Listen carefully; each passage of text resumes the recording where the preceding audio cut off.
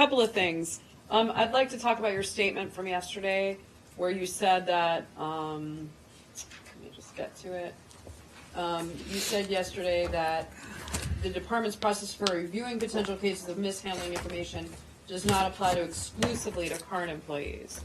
Can you talk about the process by which, if some employees were found to be mishandling classified information, how records could go in their files if they're not employees of the State Department anymore, and how it seems to me that you were saying that this could have an effect on their future employment at the State Department, but I'm wondering about, and security clearance at the State Department, but I'm wondering what the practical effect would be on future employment throughout the U.S. government. Okay, let me kind of figured that you might be asking about this, so if you let me go through this, Please.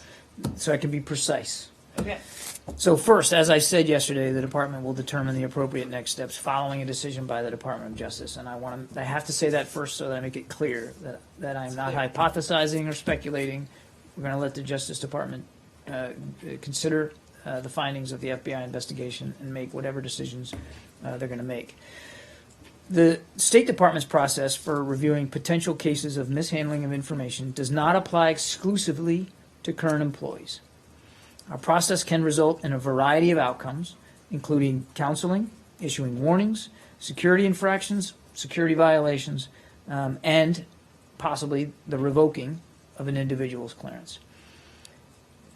An individual's employment status obviously will impact the options that are available to the State Department, of course. So, for instance, while a former employee cannot be disciplined if he or she is no longer employed by the department, there could be repercussions, including issuing a security violation or infraction, which would be kept in their file, post-State Department employee, which would be kept in their file, or, of course, revoking an individual's security clearance, assuming that individual still needed the clearance to work in another federal agency or something like that. But didn't you say yesterday that the agency that, if their security clearance was terminated when they left the agency, that it would be up to, that you don't hold the clearance if it is renewed by another agency. In other words, if it is then that agency is responsible, but the State Department could still, could still weigh in.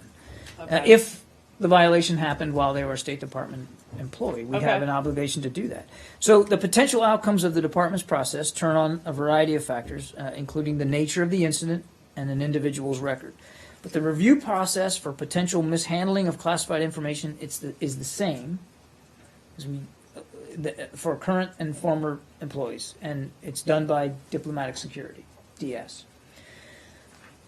According to department policy, our policy is to maintain files on personnel who are found to have mishandled information to guide current and potential future decisions about employment and security clearances.